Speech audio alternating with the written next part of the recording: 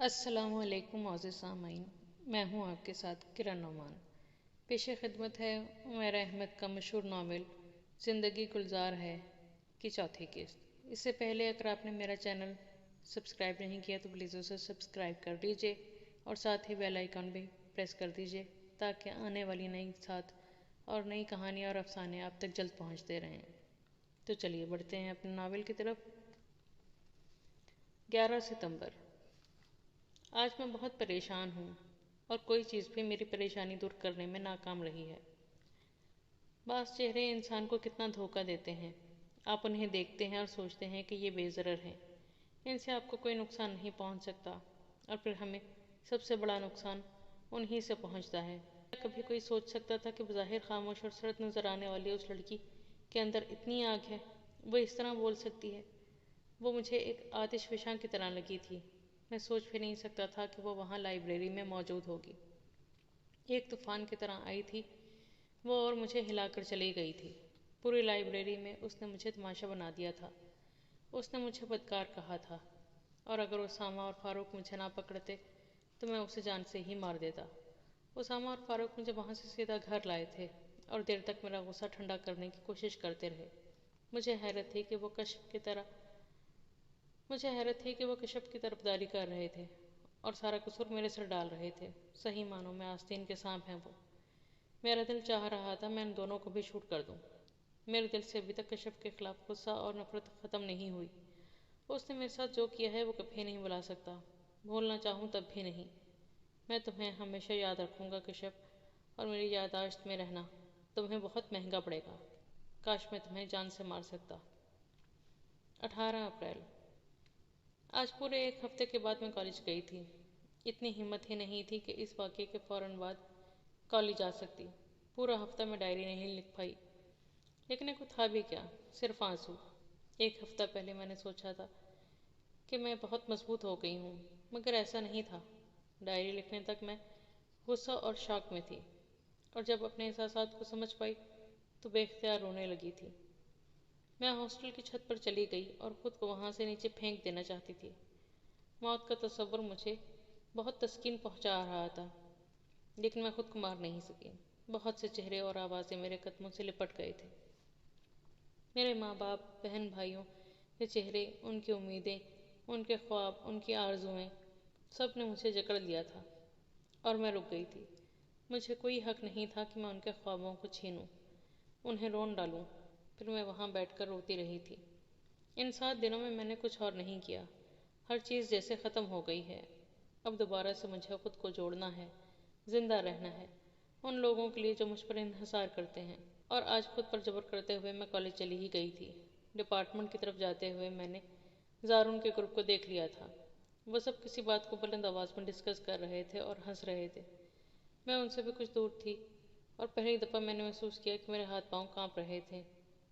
مجھے ان لوگوں کے قریب سے گزر کر کلاس میں جانا تھا اور میرے چہرے پر پسینہ آ رہا تھا۔ ایک لمحے کو میرا دل چاہا کہ میں وہاں سے بھاگ جاؤں، لیکن میں کب تک اور کس کس سے بھاگتی؟ سامنا تو مجھے کرنا ہی تھا۔ بڑی خاموشی سے میں ان کے پاس سے گزری تھی۔ مجھے دیکھنے کے بعد وہ بھی بالکل چپ ہو گئے تھے، اور یہی خاموشی میری کلاس میں داخل ہوتے ہی وہاں پر چھا گئی تھی۔ اپنے استقبال سے میں سمجھ گئی تھی کہ لائبریری کا واقعہ ان لوگوں کے علم میں آ چکا ہے۔ ظاہر ہے یہ بات چھپ بھی نہیں سکتی تھی۔ میں صرف یہ چاہتی تھی کہ کوئی ٹیچر مجھ سے اس واقعے کے بارے میں بات نہ کرے، اور ساری کلاسز معمول کے مطابق ہوتی رہی تھیں۔ ٹیچرز نے میری غیر حاضری کے بارے میں ضرور پوچھا، مگر اور کچھ دریافت نہیں کیا۔ لیکن سر ابرار نے مجھے دیکھتے ہی پوچھا تھا، آپ اتنے دن کہاں تھیں؟ پتہ نہیں ان کا لہجہ سخت تھا یا صرف مجھے ہی لگا۔ سر مجھے کچھ کام تھا۔ میں نے وہی جملہ دہرایا جو میں صبح سے دہرا رہی تھی۔ کیا کام تھا آپ کو؟ سر مجھے کچھ نوٹس بنانے تھے۔ میں نے ایک اور جھوٹ بولا۔ آپ اور زارون اس پیریڈ کے بعد میرے آفس میں آئے۔ انہوں نے وہ بات کہی تھی جس سے میں بچنا چاہ رہی تھی۔ اگلی 2 کلاس چل جانے کے بعد میں ان کے آفس چلی گئی تھی۔ وہاں وہ پہلے ہی موجود تھا۔ سر ابرار نے مجھے دیکھ کر اپنی ٹیبل کے سامنے پڑی ہوئی کرسی کی طرف اشارہ کیا تھا۔ آؤ کشف، بیٹھو یہاں پر۔ میں خاموشی سے کرسی پر بیٹھ گئی۔ اس دن لائبریری میں کیا ہوا تھا؟ انہوں نے بغیر کسی تمہید کے پوچھا تھا۔ کس دن سر؟ میں نے لاپرواہی ظاہر کرنے کی کوشش کی۔ اسی دن جس دن کے بعد سے آپ کالج نہیں آ رہی۔ اس دفعہ ان کا لہجہ خاصا سخت تھا۔ سر کچھ نہیں ہوا تھا۔ مجھے ان کے چہرے پر حیرانی نظر آئی۔ شاید وہ مجھ سے اس جواب کی توقع نہیں کر رہے تھے۔ اگر کچھ نہیں ہوا تھا تو تمہیں اس نے تھپڑ کیوں مارا؟ وہ شاید اب دو ٹوک بات کرنا چاہ رہے تھے۔ یہ سوال آپ کو تھپڑ مارنے والے سے کرنا چاہیے۔ وہ کچھ دیر تک مجھے دیکھتے رہے، پھر انہوں نے دارون کی جانب رخ کر لیا۔ تم نے اس پر ہاتھ کیوں اٹھایا؟ اس نے مجھے بدکار کہا تھا، اور یہ سن کر میں اسے میڈل دینے سے تو رہا۔ اب تم بتاؤ کہ تم نے ایسی بات کیوں کہی؟ مجھے ان کے لہجے سے بہت تکلیف پہنچ رہی تھی۔ وہ بد کردار ہے، اس لیے میں نے اسے ایسا کہا۔ آپ یہاں پڑھنے آتی ہیں یا دوسروں کے بارے میں نتیجے نکالنے؟ دوسروں کے بارے میں بات کرنے کا حق آپ کو کس نے دیا ہے؟ اگر یہ بات وہ آپ کے بارے میں کہے تو شرم آنی چاہیے آپ کو۔ وہ یکدم مجھ پر برس پڑے تھے۔ مجھے اپنے کہے پر کوئی افسوس نہیں ہے۔ میں بھی یہی کہوں گی کہ یہ ایک بد کردار شخص ہے۔ ان کے غصے کی پرواہ کیے بغیر میں نے اپنی بات پوری کی تھی۔ مجھے افسوس ہے کہ تم میرے اسٹوڈنٹس میں شامل ہو۔ میں تمہارے بارے میں بہت غلط اندازے لگاتا رہا۔ تمہیں تو استاد سے بات کرنے کی تہذیب نہیں ہے۔ میں سمجھا تھا کہ شاید زارو نے غلطی کی ہے اور اسے معذرت کرنا چاہیے، مگر معذرت تو تمہیں کرنا چاہیے۔ میرا خیال تھا کہ تم ایک اچھی فیملی سے تعلق رکھتی ہو، تمہاری اچھی تربیت ہوئی ہے، مگر تم نے میرے اس اندازے کو غلط ثابت کر دیا ہے۔ ان سب تعریفوں کے لیے آپ کا بہت بہت شکریہ۔ واقعی میری اچھی تربیت نہیں ہوئی ہے، اس لیے کہ میرے خاندان کے پاس پیسہ نہیں تھا۔ ان کے خاندان کے پاس پیسہ تھا، سو انہوں نے اس کی بہت اعلیٰ تربیت کی۔ آپ اسے اچھی طرح جانتے ہیں۔ یہ جتنا باکردار ہے وہ بھی جانتے ہیں۔ آپ نے کبھی اس سے اس کے افیئرز پر باس پرس کی ہے؟ آج اسے بد کردار کہنے پر آپ مجھ سے پوچھ رہے ہیں کہ میں نے اسے ایسا کیوں کہا؟ یہ سب کچھ نہ ہوتا اگر میں بھی اس کے ساتھ پھرنے والی لڑکیوں کے اقدار میں شامل ہو جاتی، پھر سب کچھ ٹھیک رہتا۔ میری غلطی صرف یہ ہے کہ میں نے فلرٹ ہونے سے انکار کیا ہے، اور مجھے اپنی اس غلطی پر کوئی افسوس ہے نہ پچھتاوا۔ آپ کو مجھے زیادہ برداشت نہیں کرنا پڑے گا۔ صرف چند ماہ کی تو بات ہے۔ جہاں تک اس شخص کا تعلق ہے تو میرے نزدیک اس کی کوئی اہمیت ہے نہ عزت۔ اگر میں اخلاقی اعتبار سے اس کی طرح گری ہوئی ہوتی تو اس کے لیے کوئی زیادہ خراب لفظ استعمال کرتی۔ سر ابرار کے رد عمل کا انتظار کیے بغیر میں دروازہ کھول کر باہر آ گئی تھی۔ میں کیوں صفائیاں دیتی انہیں جب میرا کوئی قصور نہیں تھا؟ وہ مجھے برا سمجھیں گے تو سمجھتے رہیں، آخر پہلے کون یہاں میرا مداح ہے۔ اچھا ہے، بہت اچھا ہے کہ وہ بھی مجھے برا سمجھیں۔ جب اللہ کی نظر میں بری ہوں تو دنیا کی نظر میں اچھا بن کر کیا کرنا ہے۔ 18 اپریل۔ پتہ نہیں میرے سارے دن ایک جیسے کیوں ہوتے جا رہے ہیں، فرسٹریشن اور ڈپریشن سے بھرپور۔ آج پھر میرا دن بہت برا گزرا ہے، اور اس کی وجہ وہی ہے۔ آج اس واقعے کے بعد وہ پہلی بار کالج آئی تھی۔ ہم لوگ اس وقت ڈپارٹمنٹ کی سیڑھیوں پر کھڑے باتیں کر رہے تھے جب وہ نظر آتی تھی۔ سر جھکائے بڑی خاموشی سے وہ ہمارے پاس سے گزری تھی۔ سر ابرار نے اس واقعے کے دوسرے دن ہی مجھ سے اس کے بارے میں بات کی تھی۔ میں نے انہیں بتایا تھا کہ اس نے مجھے بد کردار کہا تھا، مگر انہیں یقین نہیں آ رہا تھا کہ وہ بغیر کسی وجہ کے ایسی کوئی بات کر سکتی ہے۔ میں نے ان سے کہہ دیا تھا کہ جب وہ کالج آئے تو وہ خود ہی اسے پوچھ لیں، اور آج سر ابرار نے اسے دیکھتے ہی اپنے کمرے میں بلوا لیا تھا۔ میں خوف زدہ تھا کہ وہ سر ابرار کو ساری بات بتا دے گی، لیکن اس نے جس طرح بات کی تھی اس کے انداز نے مجھے اور زیادہ خوف زدہ کر دیا تھا۔ اس نے کچھ نہ بتاتے ہوئے بھی سب کچھ بتا دیا تھا۔ اس کے جاتے ہی سر ابرار نے مجھ سے کہا تھا، تم نے اسے کیا کہا تھا جو اس نے تمہیں بد کردار کہا؟ سر میں نے اسے کچھ نہیں کہا، اسے غلط فہمی ہو گئی تھی۔ میں نے جھوٹ بولنا ضروری سمجھا۔ میں تمہیں اچھی طرح جانتا ہوں، کوئی لڑکی اتنی بڑی بات بغیر وجہ کے نہیں کہہ سکتی، اور پھر وہ بھی کشف جیسی لڑکی۔ نہیں، اسے کوئی غلط فہمی نہیں ہوئی ہوگی، تم نے ضرور اسے کچھ کہا ہوگا۔ سر ابرار کا لہجہ بہت خشک تھا۔ ہاں، میں نے اس کے بارے میں کچھ ریمارکس دیے تھے، لیکن اس کے سامنے نہیں۔ پہل میں نے بہرحال نہیں کی تھی۔ میں نے اپنی پوزیشن کلیئر کرنے کی کوشش کی۔ کیا ریمارکس دیے تھے تم نے؟ سر ابرار کے انداز میں کوئی تبدیلی نہیں آئی تھی، اور پہلی بار میں نے محسوس کیا کہ میرے الفاظ اس قدر بھی بے ضرر نہیں تھے کہ میں انہیں سر ابرار کے سامنے دہرا پاتا۔ سر، یہ ضروری نہیں ہوتا کہ ہم کسی کی غیر موجودگی میں اس کے بارے میں کچھ کہیں تو ہمارا واقعی وہی مطلب ہو۔ بعض باتیں ہم ویسے ہی کر دیتے ہیں، دوستوں کے سامنے شو آف کے لیے، مگر ضروری نہیں کہ ہم واقعی کسی کو نقصان پہنچانا چاہتے ہیں۔ میں نے اصل بات بتانے سے پہلے تھوڑا جھوٹ بولنا شروع سمجھا، اور پھر انہیں سنسر کے ساتھ ساری باتیں بتاتا گیا، اور یہ یقیناً اس ساری بکواس کا کچھ حصہ ہوگا۔ ساری بات بتانے کی ہمت تو تم کبھی نہیں کر سکتے۔ میں ان کی بات پر سر نہیں اٹھا سکا۔ پھر تمہیں لفظ بدکار گالی کیوں لگا؟ اس ساری بکواس کے بعد تم اپنے آپ کے لیے کون سی عزت اور لقب چاہتے تھے؟ میرا خیال تھا کہ تمہارے سارے افیئرز انہی لڑکیوں تک محدود ہیں جو خود بھی کالج میں انجوائمنٹ کے لیے آتی ہیں، مگر تم اس حد تک گر چکے ہو، یہ میں سوچ بھی نہیں سکتا تھا۔ تم نے اسے تھپڑ مارا؟ تھپڑ تو اسے تمہارے منہ پر مارنا چاہیے تھا۔ تم عورت کی عزت کرنا تک بھول گئے ہو۔ اپنے دوستوں میں بیٹھ کر تم ایسی باتیں کرتے ہو۔ تمہیں تو ڈوب مرنا چاہیے۔ ان کا ہر لفظ میری شرمندگی کے بوجھ میں اضافہ کر رہا تھا۔ اب یہاں سے دفع ہو جاؤ اور آئندہ مجھے اپنی شکل مت دکھانا۔ میں اپنی چیئر پر سے اٹھا اور ان کے قریب کارپٹ پر پنجوں کے بل بیٹھ گیا۔ آئی ایم سوری، میں مانتا ہوں میں نے غلطی کی ہے، مگر یہ میری پہلی غلطی تھی۔ کیا آپ مجھے ایک چانس نہیں دیں گے؟ تم نے مجھے اتنا صدمہ پہنچایا ہے کہ میں بیان نہیں کر سکتا۔ میں نے آج تک تم سے تمہارے افیئرز کے بارے میں اس لیے بات نہیں کی کیونکہ کوئی غلط بات مجھ تک نہیں پہنچی، اور پھر تم نے اپنی اسٹڈیز کے معاملے میں بھی لاپرواہی نہیں برتی، مگر تم نے تو میرے اعتماد کو ٹھیس پہنچائی ہے۔ میں نے ہمیشہ تمہیں بیٹے کی طرح چاہا ہے، اس لیے مجھے زیادہ تکلیف پہنچی ہے۔ تمہاری جگہ کوئی دوسرا آدمی ہوتا تو میں کبھی اس سے اس سلسلے میں بات تک نہ کرتا، مگر تمہاری بات اور ہے۔ مجھ سے معذرت کر کے کیا ہوگا؟ تمہیں اس سے معذرت کرنا چاہیے جس کے ساتھ تم نے یہ سب کیا ہے۔ ان کے آخری جملے پر میری بحال ہوتی ہوئی سانس دوبارہ رکنے لگی تھی۔ سر، کیا یہ ضروری ہے؟ میں نے بہت بے بس ہو کر ان سے کہا تھا۔ بے حد ضروری۔ ان کا نرم پڑتا ہوا لہجہ دوبارہ سخت ہو گیا تھا اور میں نے مجبوراً حامی بھر لی۔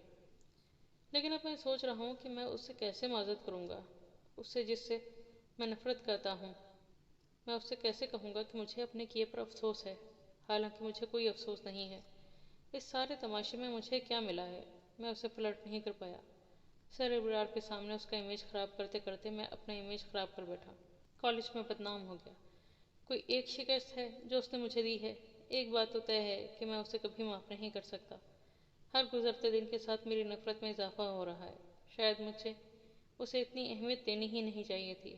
میں اپنا وقت ضائع کرتا رہا ہوں اور یہ احساس مجھے دیر سے ہوا ہے۔ 13 اگست۔ کالج سے فری ہونے میں بہت تھوڑا عرصہ رہ گیا ہے اور پھر مجھے عملی زندگی کا آغاز کرنا ہوگا۔ یہ سوچ کر ہی مجھے وحشت ہوتی ہے کہ مجھے واپس اپنے گھر جانا ہوگا اور جب تک کوئی جاب نہیں ملتی وہیں مقید رہنا ہوگا، وہاں اس گھر میں جس سے مجھے محبت نہیں ہے، وہاں کی کسی بھی چیز سے مجھے اپنائیت نہیں ہے۔ پھر ابھی تو مجھے فائنل سیمسٹرز کا مرحلہ طے کرنا ہے۔ زارون مجھ سے معذرت کرنے کے بعد کالج سے غائب ہو گیا تھا اور میں بہت مطمئن تھی، مگر اب وہ پھر سے کالج آنے لگا اور میری ساری خوشی رخصت ہو گئی۔ میں خوفزدہ ہوں کہ کہیں وہ پھر پہلے جیسی حرکت نہ کرے۔ کتنا مشکل ہوتا ہے ہم جیسے لوگوں کا عزت سے رہنا، مگر مجھے اپنے اور اپنے خاندان کے لیے عزت حاصل کرنی ہے، ہر قیمت پر، اور یہ عزت مجھے کسی کے ساتھ نیکی کر کے نہیں ملے گی۔ عزت صرف روپے سے ملتی ہے۔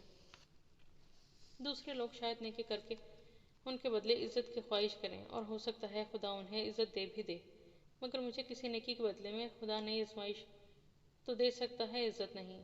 اگر خدا میرے ساتھ اچھا سلوک نہیں کرتا تو میں بھی کسی کے ساتھ اچھا سلوک نہیں کروں گی۔ یہاں جو لوگ گناہ کرتے ہیں صرف وہی عیش اور مزے کر رہے ہیں، نیکی کرنے والے تو صرف دھکے کھاتے ہیں، اور میں اب دھکے کھانا نہیں چاہتی۔ 27 اکتوبر۔ آج سے میری آزادی اور بے فکری کے دن شروع ہو رہے ہیں۔ کل CSS کا آخری پیپر تھا اور آج میں دوپہر تک سوتا رہا ہوں، اور اب اٹھنے کے بعد میں خود کو بالکل آزاد اور مطمئن محسوس کر رہا ہوں۔ ابھی مجھے انٹرویو کوالیفائی کرنا ہے اور پھر فائنل ایئر کے پیپرز بھی دینے ہیں، مگر اب میں ان کے بارے میں زیادہ پریشان نہیں ہوں۔ اب میں صرف یہ چاہتا ہوں کہ میرا CSS کا رزلٹ بہت اچھا آئے، تبھی میں اپنی مرضی کے ڈپارٹمنٹ میں جا سکتا ہوں۔ پچھلے 2 ماہ سے میں کالج کو تو جیسے بھول ہی کیا تھا، اور اب کل سے پھر وہاں جانا شروع کر دوں گا، اور آج میں کالج کو بہت مس کر رہا ہوں۔ وہاں کی ہر چیز مجھے یاد آ رہی ہے، حتیٰ کہ کشف بھی۔ اچھا ہی ہوا کہ میں نے معذرت کر لی۔ غلطی واقعی میری ہی تھی، اور پتہ نہیں کیوں میرا دل اسے دیکھنے کو چاہ رہا ہے، حالانکہ میں جانتا ہوں کہ جب میں کالج جانا شروع کروں گا تو وہ مجھے دیکھے گی بھی نہیں، اور اگر میں اس سے بات کرنے کی کوشش کروں گا تو وہ تو شاید بھاگ ہی جائے، مگر پھر بھی آج میں اتنا خوش ہوں کہ مجھے اس پر بھی غصہ نہیں آ رہا۔ 22 دسمبر۔ آج میرا تعلیمی دور ختم ہو گیا ہے، زندگی کا یہ باب بھی مکمل ہو گیا ہے، اور اب مجھے عملی زندگی میں قدم رکھنا ہے۔ آگے کیا ہوگا میں کچھ نہیں جانتی، نہ ہی مجھے کوئی خوش فہمی ہے۔ اپنے مستقبل کے بارے میں پر امید وہی ہوتا ہے جس کے پاس روپیہ ہو، اور میرے جیسے لوگوں کا مستقبل تو ہمیشہ ہی غیر محفوظ ہوتا ہے۔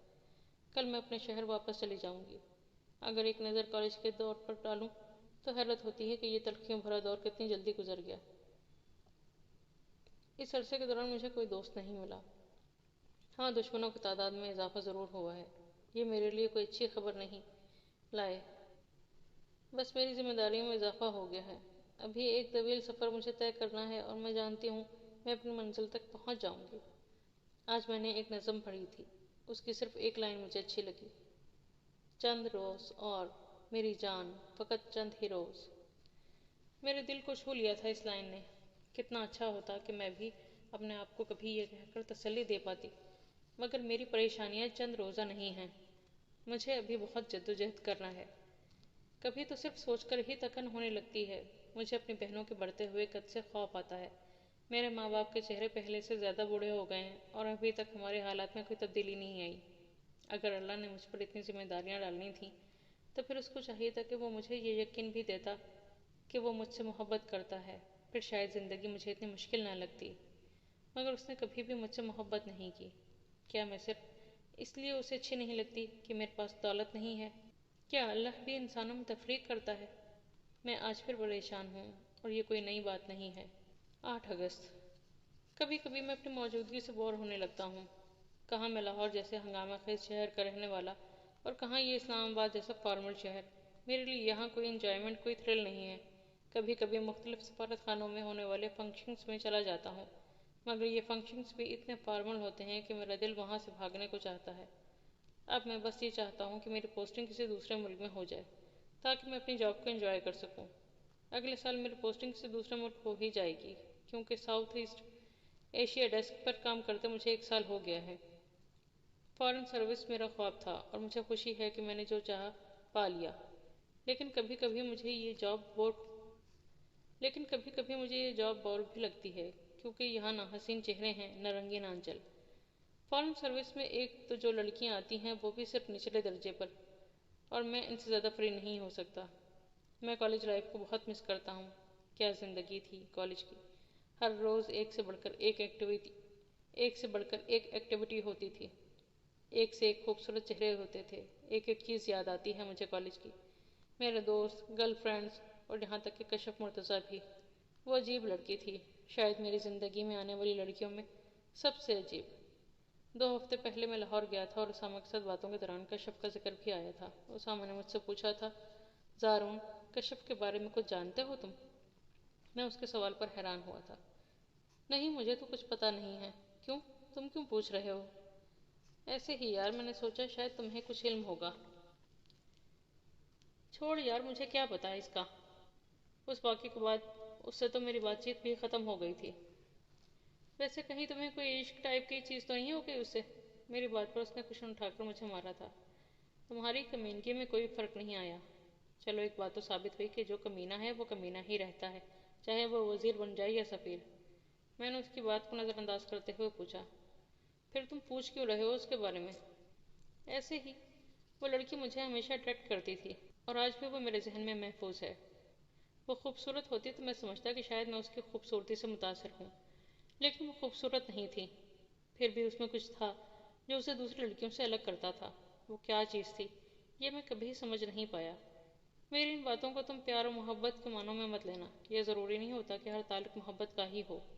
وہ بڑے عجیب انداز میں کہہ رہا تھا اور میں حیران تھا کہ جو کچھ میں کشف کے بارے میں محسوس کرتا تھا وہی اسامہ نے بھی محسوس کیا تھا۔ تو کیا باقی لڑکے بھی اس کے بارے میں یہی سوچتے ہوں گے؟ کبھی کبھی مجھے لگتا ہے کہ میں نے اس کے ساتھ کچھ غلط کیا تھا۔